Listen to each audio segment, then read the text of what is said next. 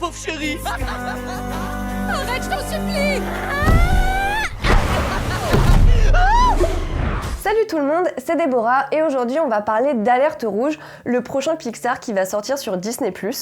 Et même si avant ça j'ai bien aimé La douceur de Lucas, c'est clairement ce nouveau film qui s'impose pour moi comme le Pixar le plus abouti et jubilatoire de ces dernières années. Alors on y suit Mei Li, une ado de 13 ans qui se réveille un matin métamorphosée en gros pandarou tout mignon et qui doit apprendre à gérer ses émotions pour retrouver sa forme humaine. Sans trop rentrer dans les détails, j'ai adoré l'énergie positive, l'euphorie et le dynamisme que dégage le film et le personnage de Mei avec son tempérament très affirmé et ses 1000 expressions faciales. En fait, tout paraît toujours trop excessif et exubérant alors que le scénario traite avec beaucoup de justesse et de nuance des sujets usés mais qu'il aborde plus frontalement qu'à l'ordinaire pour sortir en fait des sentiers battus. C'est clairement pas la première fois que Pixar s'intéresse au fait de grandir, vice-versa nous catapulter littéralement dans la tête d'une préado en crise, mais Pixar et plus globalement Disney osent enfin faire preuve d'audace, aussi bien visuelle que narrative. Et même si le pandarou est une métaphore évidente de la puberté et qui symbolise cette transition vers l'âge adulte,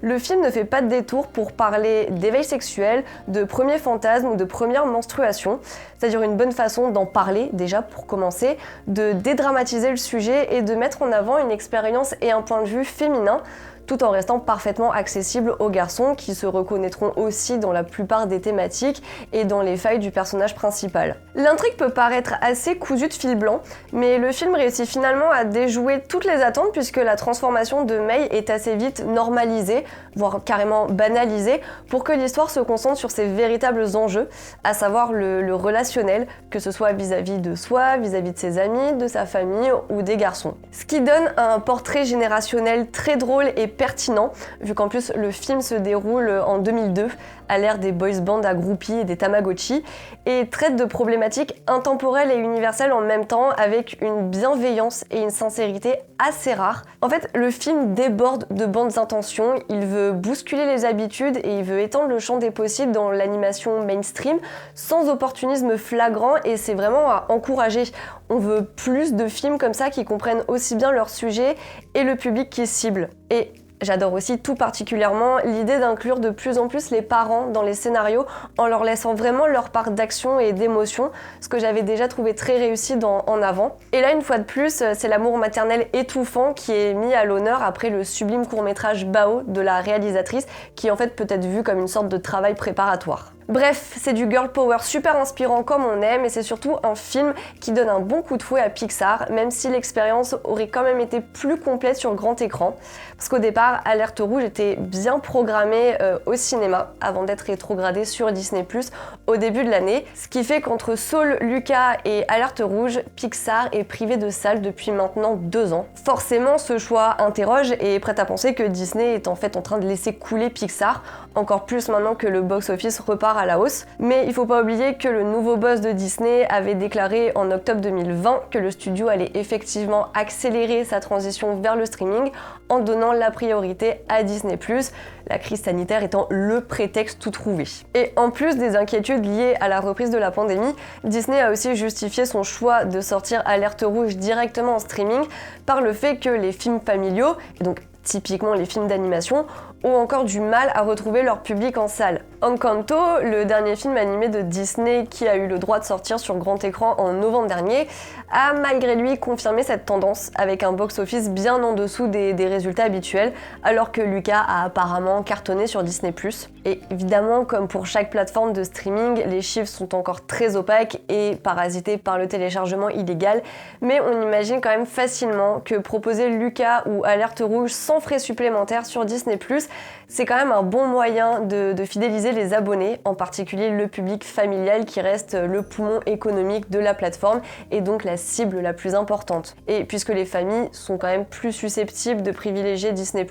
étant donné qu'elles dépensent forcément moins qu'en salle où la facture peut très vite grimper. Et aussi depuis l'arrivée de Disney+,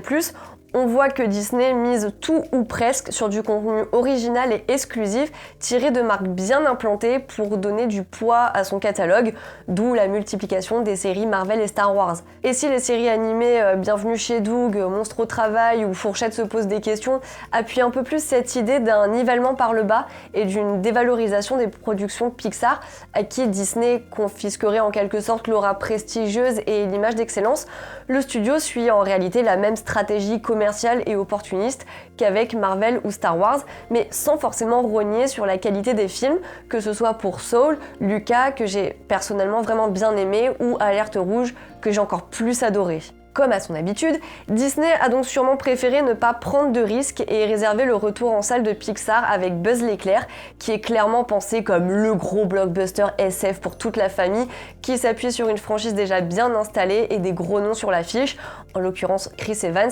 pour attirer les spectateurs. Donc, si les sorties Pixar ont perdu leur côté événementiel, la sortie de Buzz l'éclair au cinéma pourrait renouer avec cette idée de grand rendez-vous pour du grand spectacle. Mais c'est quand même vachement dommage que Disney réserve ce grand retour en force à un spin-off, même s'il a l'air carrément dément. C'est-à-dire que après l'annonce concernant la distribution d'Alerte Rouge sur Disney+, quelques cadres et employés de Pixar ont parlé à la presse pour exprimer leur colère et leur déception, et une des citations largement reprises disait que tout le monde chez Pixar était très excité à l'idée de revenir en salle avec ce film en particulier, ce qui aurait été un symbole assez fort. C'est-à-dire que Disney aime se dire progressiste et inclusif, mais la sortie d'Alerte Rouge sur Disney+ et le manque de promotion qui en a découlé, c'est clairement un rendez-vous manqué pour le studio qui avait l'occasion de soutenir et d'encourager une proposition plus audacieuse et moins convenue. Encore plus quand il s'agit du premier film Pixar entièrement réalisé par une femme,